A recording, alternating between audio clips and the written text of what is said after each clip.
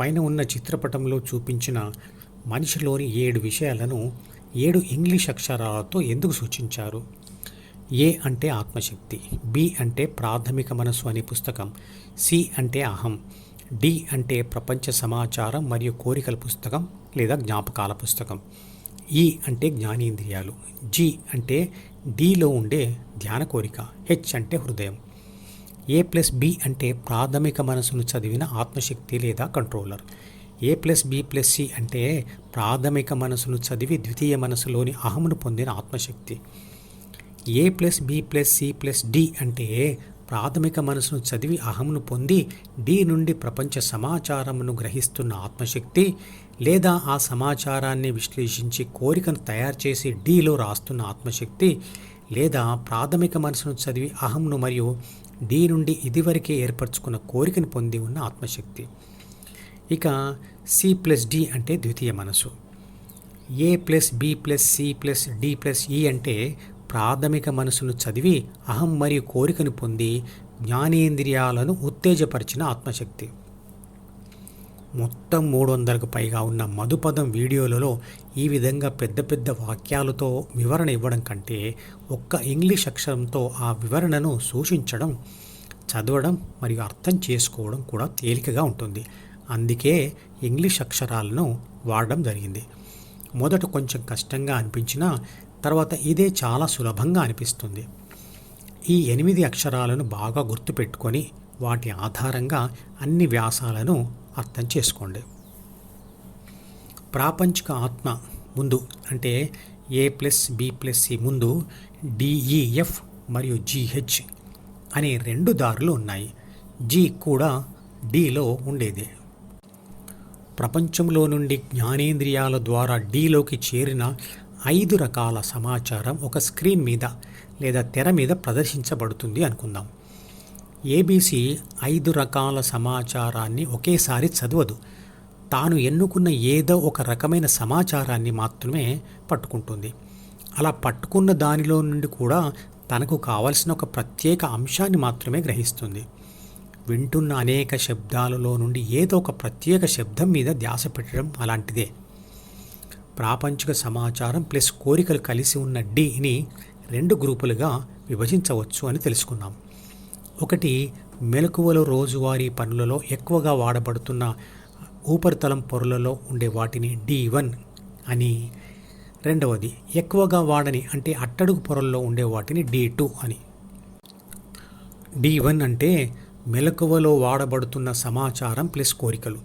అవి ఉపరితలంలో ఉండిపోతాయి, అంటే అవి ఎక్కువగా వాడబడతాయి. అలా తరచుగా ప్రాపంచిక సమాచారం మరియు కోరికలు వాడబడడం అంటే రిఫ్రెష్ చేయబడడం అంటే పునరుద్ధరించబడుతూ ఉండడం వల్ల అవి ఎక్కువ కాలం జీవించి ఉంటాయి. వాడని ప్రాపంచిక సమాచారం మరియు కోరికలు అట్టడుగు పొరల్లోకి అంటే D2లోకి తోసివేయబడతాయి.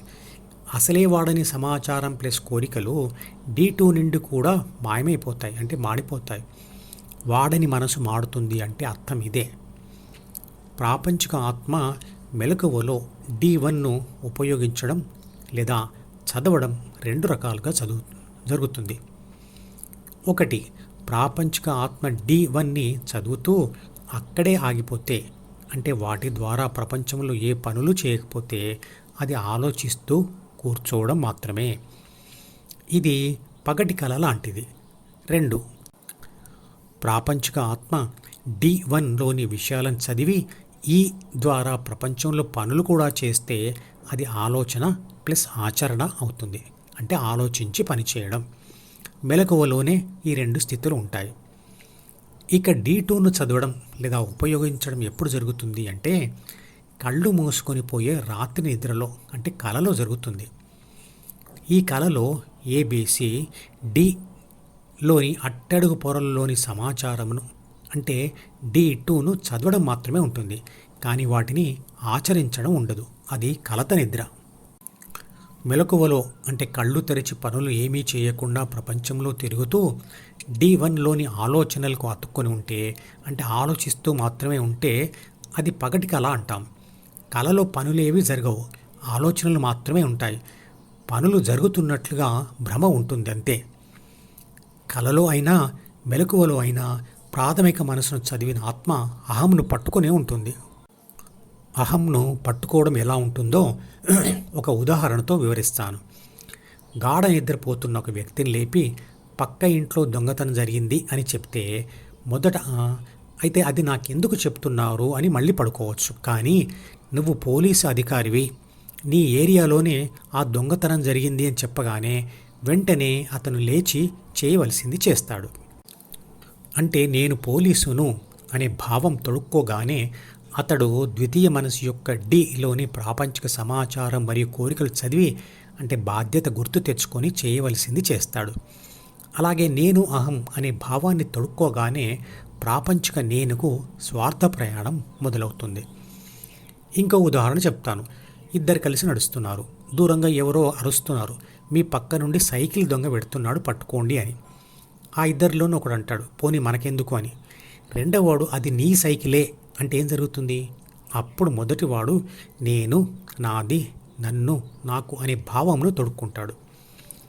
ప్రాథమిక మనసును చదివిన ఆత్మ ద్వితీయ మనసు అనే పుస్తకంలో ప్రపంచానుభవాలతో గట్టిపరిచిన అహంను పొందకపోతే బాధ ఉండదు మరియు ఆదుర్ద ఉండదు. భక్త తుకారాం అనే సినిమా యొక్క శ్యామసుందర అనే పాటలో అహము విడిచితే ఆనందమురా అంటాడు. ఆ పాట లింకును వీడియో డిస్క్రిప్షన్లో పెడుతున్నాను, వినండి.